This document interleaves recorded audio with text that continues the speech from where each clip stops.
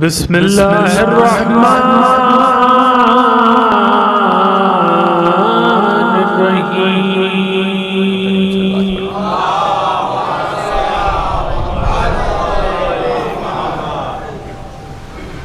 لا حول ولا قوة الا باللہ العلی العظیم۔ اعوذ باللہ من الشیطان اللعین الرجیم۔ بسم اللہ الرحمن الرحیم۔ الحمد للہ الذی قصرت عن رؤیتہ ابصار الناظرین وعجزت عن نعتہ اوہام الواصفین۔ صلی علی محمد وآلہ الطاہرین ولعنۃ اللہ علی اعدائہم وقتلتہم اجمعین من الآن الی قیام یوم الدین۔ اما بعد فقد قال اللہ سبحانہ تبارک و تعالی فی کتابہ المبین وقولہ الحق۔ بسم اللہ الرحمن الرحیم۔ الحمد للہ رب العالمین۔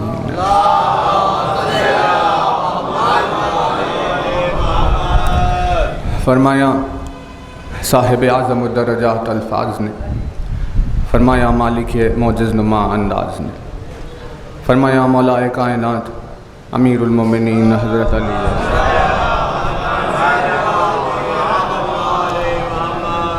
مولا کائنات کے جن مبارک و مقدس کلمات پر آپ کی خدمت میں ان مجالس عشرہ کا سلسلہ چل رہا ہے، یہ وہ عظیم تحفہ ہے کہ جو مولا نے اپنے چاہنے والے کو عطا فرمایا، اور اس کے وسیلے سے روئے زمین پر تمام محبان علی تک یہ دعا پہنچی جو مشہور ہے دعائے کمیل کے نام سے۔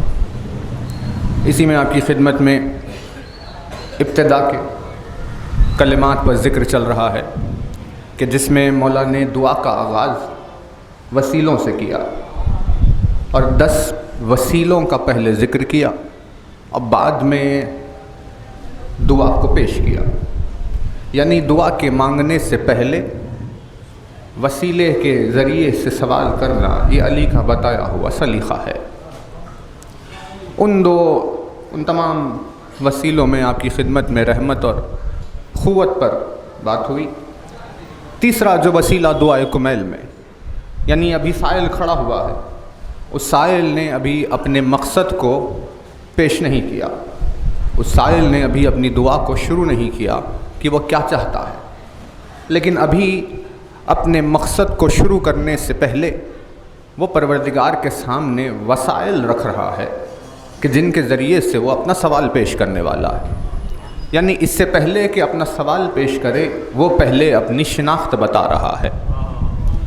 وسیلوں کے ذریعے سے خدا کے دربار میں سوال کرنا یہ مانگنے والے کے محب اہل بیت ہونے کی دلیل ہے، کیونکہ روئے زمین پر ایسے بہت سارے لوگ ہیں کہ جو یہ کہتے ہیں کہ بندہ سیدھے خدا سے بات کرتا اور درمیان میں کسی وسیلے کی ضرورت نہیں ہے، سوائے مذہب جعفری کے کہ جو جب بھی کوئی دعا کرتے ہیں تو درمیان میں وسیلہ رکھ کر دعا کرتے ہیں۔ تو مولا کی بتائی ہوئی دعائے کمیل میں وسیلے سے دعا کا آغاز اس بات کی دلیل ہے کہ دعا پڑھنے والا محبان اہل بیت میں سے ہے۔ اور جو تیسرا وسیلہ مولا نے دیا جس میں ارشاد ہوا کہ بسم اللہ الرحمن الرحیم وب جبروت کلتی غلبت بہا کل شے، کہ میرے پروردگار میں تیرے دربار میں سوال کرنے کے لیے آیا ہوں، اور اس سوال کی خاطر میں نے رحمت کو وسیلہ بنایا، میں نے تیری قوت کو وسیلہ بنایا، اور اب میں جبروت کے ذریعے سے سوال کر رہا ہوں۔ اور تیری جبروت کی خاصیت یہ ہے کہ تیرا جبروت ہر شے کے اوپر غالب آ جاتا ہے، یعنی کائنات و کونین میں کچھ بھی نہیں ہے ایسا جو پروردگار عالم کے جبروت کو مغلوب کر کے بتائے، ہے نا؟ غالب جس سے آئے، یعنی پروردگار جب اپنے غلبے کے اظہار کا وقت معین کرے گا تو اس وقت جو چیز ظاہر ہوگی وہ اس کا جبروت ہوگا۔ جبروت کلتی غلبت بہا کل شے، کہتے کسے ہیں جبروت؟ جیم بے رے اس کی روٹ ہے، مادہ ہے، اس سے لفظ بنا جبر، اسی سے لفظ بنا جابر، اسی سے لفظ بنا جبار، اسی سے لفظ بنا جبروت۔ اس کے معنی کیا ہے؟ جبر کے معنی ہے زبردستی کرنے کے۔ جب کوئی کسی پر زبردستی کرے اسے جبر کہتے ہیں۔ توجہ ہے نا؟ دیکھیے یہ نازک منزل ہے۔ زیادتی کرنے کو جبروت نہیں کہتے، زبردستی کرنے کو جبروت کہتے۔ زیادتی کو کیوں نہیں کہتے؟ اسی لیے کیونکہ خدا کبھی کسی کے ساتھ کوئی قسم کی زیادتی نہیں کرتا۔ جو جس چیز کا جو بدلہ ہے بالکل اتنا ہی، کبھی بدلے سے زیادہ نہیں دیتا جب گناہوں کی بات ہو، لیکن جب نعمتوں کی بات ہو تو ہمیشہ عمل سے زیادہ عطا کرتا ہے۔ مولا فرماتے ہیں کہ تمہارے ایک گناہ کے بدلے میں اگر تم نے سوچا ہے، گناہ کرنے والے نے سوچا ہے کہ وہ گناہ کرے گا، تو اس سوچ کے اوپر اللہ اسے ایک بھی گناہ نہیں لکھتا، لیکن جب اس نے گناہ کر دیا تو اس ایک گناہ کے بدلے میں ایک گناہ لکھتا ہے۔ اور اس کے برخلاف جب نیکی کرنے والا سوچتا ہے کہ وہ نیکی کرے گا تو اس سوچ کے بدلے میں وہ ایک نیکی لکھ دیتا ہے، اور جب وہ نیکی کر دیتا ہے تو اس ایک نیکی کے بدلے میں 10 نیکیاں لکھتا ہے۔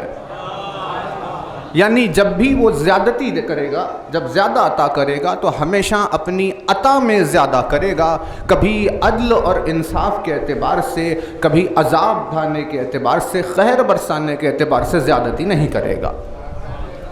تو لوگوں نے ترجمہ جبر کا کبھی کبھی زیادتی بھی کر لیا، حالانکہ جبر کا ترجمہ زیادتی نہیں ہوتا، بلکہ جبر کا ترجمہ زبردستی ہوتا، جس کے معنی یہ ہے کہ اتنا ہی جتنا کہ اس نے چاہا اس میں اپنا جبر دکھائے، اس میں اپنی زبردستی دکھائے۔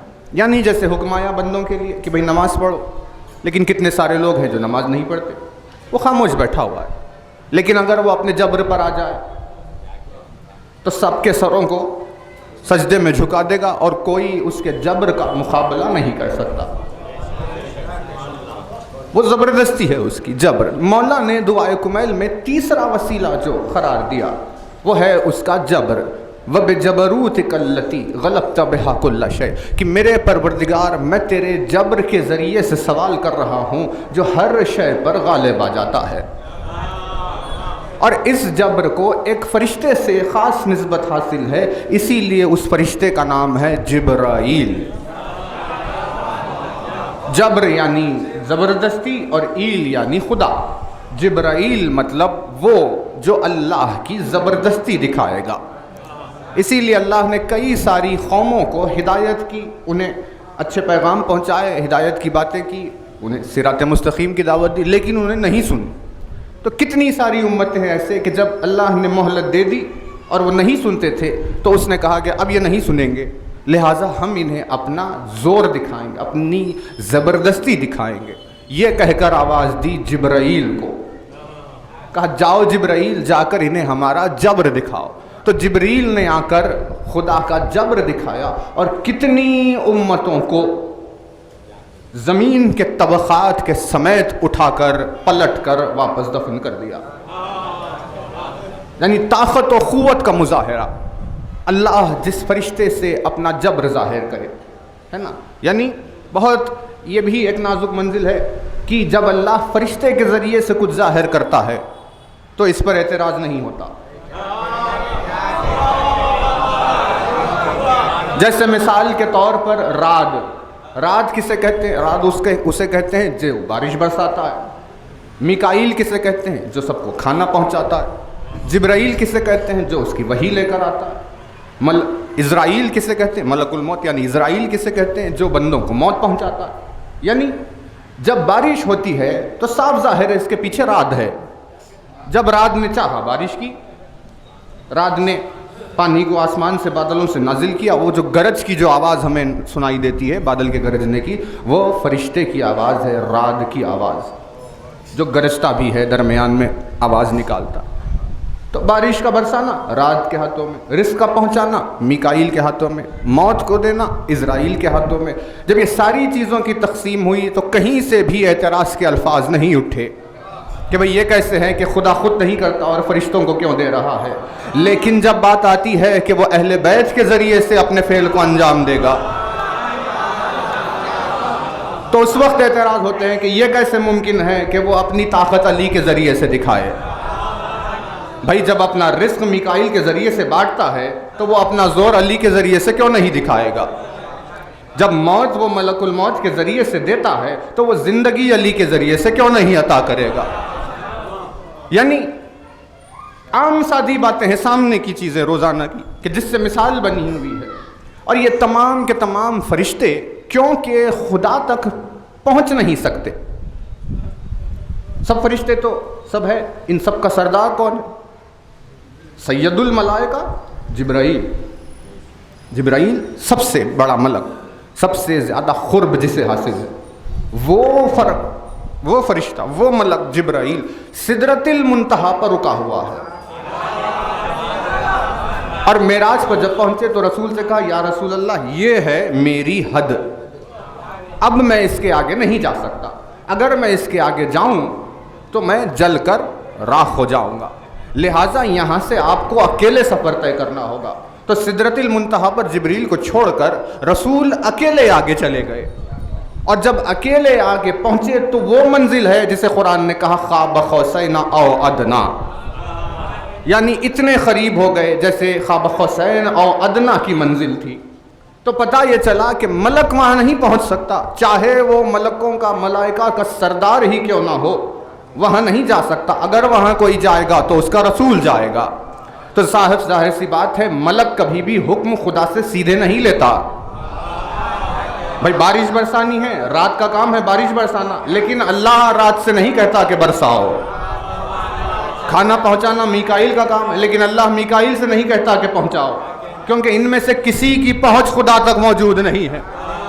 تو یہ تمام ملائکہ کے امور جو اپنے قبضے میں رکھ کر ہر ایک ملک کو اس کے کام کا حکم دیتا ہے، اسی ہستی کو اولی الامر کہتے ہیں۔ وہی ہستی اولی الامر ہستی ہے، اور وہ نقطہ مرکز ہے ذات علی کہ جس نے ہر ملک کو اس کا حکم دیا تو یہ کام کائنات میں چل رہا ہے۔ بھئی قرآن ہے، بھئی تنزل الملائکۃ والروح فیہا بإذن ربہم من کل امر۔ کتنی مرتبہ روز پڑھتے ہیں؟ صبح و شام زبان پر آیت ہے۔ کیا ہوتا ہے اس دن؟ قدر کی رات، شب قدر۔ تنزل الملائکۃ، ملائکہ اور روح نازل ہوتے ہیں۔ کہاں پر؟ زمین پر۔ کہا کیوں زمین پر کیوں نازل ہوتے ہیں؟ کہا وہ اسی لیے کیونکہ ایک لمحے کے لیے بھی اللہ زمین کو اپنی حجت سے خالی نہیں رکھتا، لہٰذا وہ حجت سے ملاقات کرنے کے لیے زمین پر آتے ہیں۔ تو جب آئے ہیں ملنے کے لیے تو مقصد کیا ہے؟ والروح فیہا بإذن ربہم، ہے نا مرزیلی، اور آگئے من کل امر، کیا لے کر آئے؟ من کل امر، جتنے امر ہے وہ لے کر آئے۔ اب امر کہتے کسے ہیں؟ امر ایک ایسی چیز ہے، یعنی امر ایک ایسا لفظ ہے جو استعمال ہوا کہ جو انسان کو کبھی بھی سمجھ میں نہیں آ سکتا کہ وہ کیا ہے۔ بس انسان کو ایک احساس ہوگا کہ یہ امر ہے، لیکن کیا ہے پتہ نہیں۔ مثال، بیج کو آپ نے زمین میں بو دیا، اوپر سے مٹی ڈال دی، اب روز دھوپ آ رہی ہے، آپ پانی ڈال رہے ہیں۔ انتظار کس چیز کا چل رہا ہے؟ کہ بھئی کب نہ جانے اس سے پودا پھوٹے گا، لیکن کسی کو نہیں معلوم کہ آخر بیج سے پودا پھوٹتا کیسے ہے۔ بھئی کسی کو پتا؟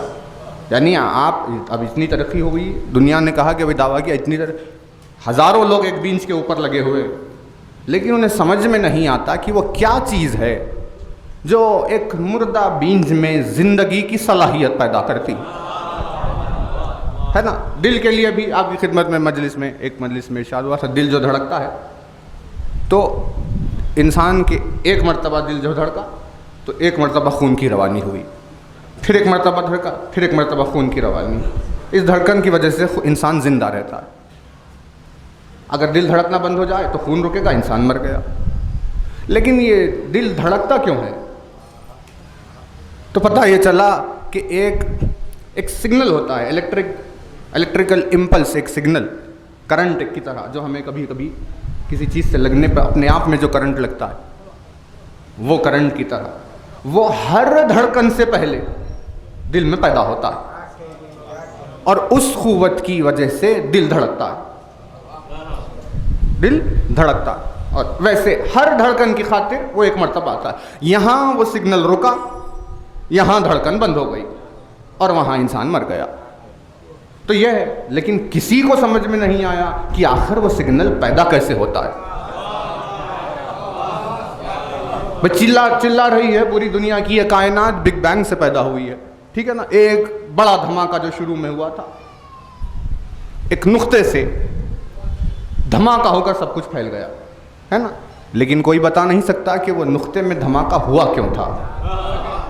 تو یہ ساری چیزیں، ہر چیز جو ہماری زندگی میں صبح و شام جو ہوتی رہتی ہے، ان تمام چیزوں کی وجہ کو کوئی پہچان نہیں سکتا کہ یہ کیوں ہو رہا ہے۔ اسی چیز کو کہتے ہیں خدا کا امر، اسی چیز کو کہتے ہیں خدا کا امر، یعنی بیج بو دیا، اب اس میں سے درخت کیسے اگے گا کسی کو نہیں معلوم، لیکن جو یہ اگا ہے یہ ہے خدا کا امر۔ دل کیوں دھڑک رہا ہے یہ نہیں معلوم، لیکن جو دھڑک رہا ہے وہ ہے خدا کا امر۔ ویسے ہی کائنات میں ساری چیزیں ہو رہی ہے، کیسے ہو رہی ہے نہیں پتا، یہ ہے خدا کا امر۔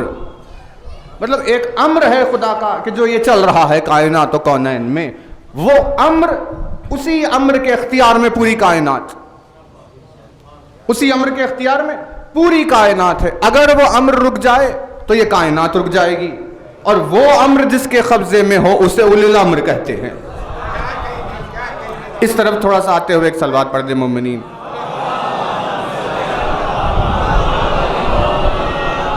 ایک اور بلند ترین صلوات پڑھ دیں۔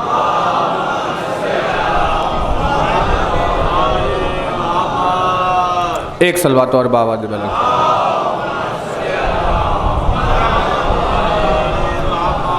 یعنی بات واضح ہو رہی، یہ کیا ہے؟ یہ ہے خدا کا امر۔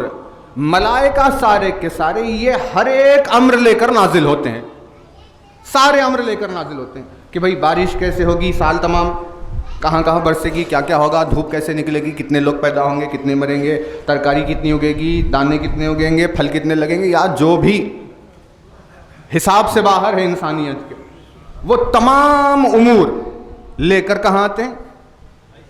زمین پر آتے ہیں۔ ملائکہ اور روح من کل امر، تمام امر لے کر زمین پر آتے ہیں۔ کہا کیوں آئے ہیں آپ؟ کہا وہ اسی لیے کیونکہ اس زمین پر جو صاحب امر موجود ہے ہم اس کی دستخط لے لیں، ہم اس کی دستخط لے لیں۔ تب امام کی خدمت میں ہر فرشتہ اپنے اپنے کام کو رکھتا ہے کہ بھئی ہمارا یہ کام ہے، یعنی جیسے مثال کے طور پر رات پہنچا، اس نے کہا کہ سال تمام اتنی بارش ہونی ہے، یہ اتنے بوند پڑنی ہے، اب ان بوندوں میں اتنی سمندر میں پڑے گی، اتنے جنگل میں، اتنے صحرا میں، اتنے لوگوں پر، اتنے گھروں پر، اتنی ایسے اتنی ویسے، یہ اس مہینے وہ اس مہینے، ساری چیزیں، ان تمام چیزوں سے اگر امام راضی ہے اور اپنی دستخط کر دے، تب جا کر ملک سال تمام میں اسی اعتبار سے وہ عمل انجام دیتا ہے۔ اور اگر امام نے کسی بھی چیز پر اعتراض کیا، کہا یہ نہیں چاہیے، تو پھر یہ امر طے ہو گیا کہ اب ہرگز وہ کبھی نہیں ہوگا۔ بھائی ہزاروں مثالیں ہیں ایسی ہزاروں مثالیں ہیں، آپ دیکھیے کہ جس زمین پر ہر سال درخت اگتا تھا، ایک سال نہیں ہوگا، کسی کو اولاد ایک کے بعد ایک کے بعد ایک 5-6 اولاد ہو گئی، اس کے بعد اولاد ہی نہیں ہو رہی۔ کوئی بھی کام ہے ایسے جو چل رہا تھا ایک ساتھ، پھر وہ بند ہو گیا۔ اب انسان کو سمجھ میں نہیں آ رہا کہ ہوا کیا؟ ہوا یہ ہے کہ صاحب امر نے اس کی اجازت نہیں دی، تو جب اجازت نہیں دی تو کوئی بھی کچھ نہیں کر سکتا۔ اس مرکز کو کہ جس کے قبضے میں ہر ایک ملک ہے، اس مرکز کو اولی الامر کہتے ہیں۔ تو جب کوئی یہ کہے کہ بھئی سارے فرشتے کام کر رہے ہیں، آج میکائیل آیا تھا اس نے ہمارا کھانا پہنچایا چلا گیا، آج رات آیا تھا اس نے بارش برسائی چلی گئی، تو ساری دنیا کو یہ سب کچھ قبول ہو جائے گا۔ لیکن جیسے ہی کہا کہ اولی الامر ان کے اوپر موجود ہے جس نے اس کی اجازت دی، تو یہ آواز شرک کی پیدا ہوئی۔ وہ سید الملائکہ جبرائیل جو سب کا سردار ہے، جو ہر ایک پر سرداری رکھتا ہے وہ خدا اس سے سیدھے بات نہیں کرتا. اس نے کیا کہا؟ میں یہاں رک گیا رسول اللہ سدرۃ المنتہا پر، یہاں سے آپ کو اکیلے جانا، مطلب اس سے آگے نہیں پہنچ سکتا. تو جبریل کو سال تمام کے حکم اور احکام دے گا کون؟ کیسے دے گا؟ خدا تک اس کی رسائی موجود نہیں ہے. تو اب اگر کسی نے درمیان میں وسیلہ علی کا انکار کیا تو اس کا مطلب یہ ہے کہ وہ خدا کو اس نے ایسا مجسم بنا دیا کہ جس تک ملک پہنچ گیا، یا پھر خدا ایک ایسا صاحب جسم ہے کہ جو ملک تک آ گیا. یعنی علی کا درمیان میں ہونا یہ فضیلت علی میں سے نہیں ہے، بلکہ علی کا درمیان میں ہونا حفاظت توحید میں ہے.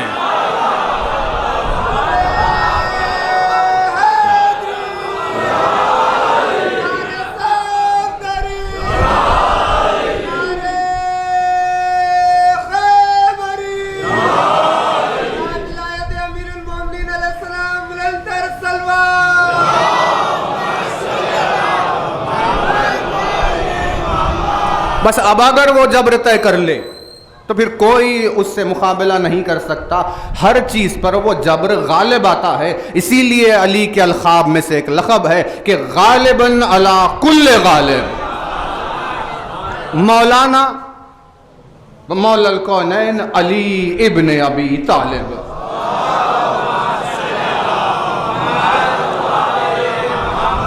کا مطلب کہ جتنے بھی غالبین ہیں ان سب کے اوپر جو غالب آئے. لقب میں بہت نزاکت ہے. یہ نہیں کہا کہ مغلوب پر غالب آنے والا، ہرگز یہ نہیں کہا کہ علی مغلوبوں پر غالب آتا ہے. کہا نہیں، علی غالبوں پر غالب آتا ہے. یعنی جو کمزور اور بزدل لوگ ہیں کہ جن کے اوپر کوئی بھی حاوی ہو جائے، ان لوگوں کی بات نہیں چل رہی، بلکہ جو دنیا میں اپنے غلبے کا اظہار کر چکے ہیں اور جن کا غالب آ جانا عالمین میں مشہور ہو گیا ہے، ویسے تمام ترین غالبوں پر جو غلبہ رکھتا ہے وہ اللہ کا جبر ہے. کمیل کو مولا نے کہا دیکھو کمیل اس وسیلے سے مانگو. اب کمیل سوچ رہے ہیں کہ لفظ ظاہر میں رحمت ہے، باطن تو اس کا علی ہے. ظاہر میں قوت ہے، باطن تو اس کا علی ہے. ظاہر میں جبروت ہے، باطن تو اس کا علی ہے. یعنی ساری دعائے کمیل کا آغاز دربار خدا میں مناجات کے کلمات سے ہے کہ جس کی ابتدا وسیلہ علی سے ہو رہی ہے. ایک اور صلوات پڑھتے ہوئے تھوڑا سا اور آ جائے مومنین اس طرف، تھوڑا سا اور اندر آ جائے. بلند ترین صلوات ایک مرتبہ.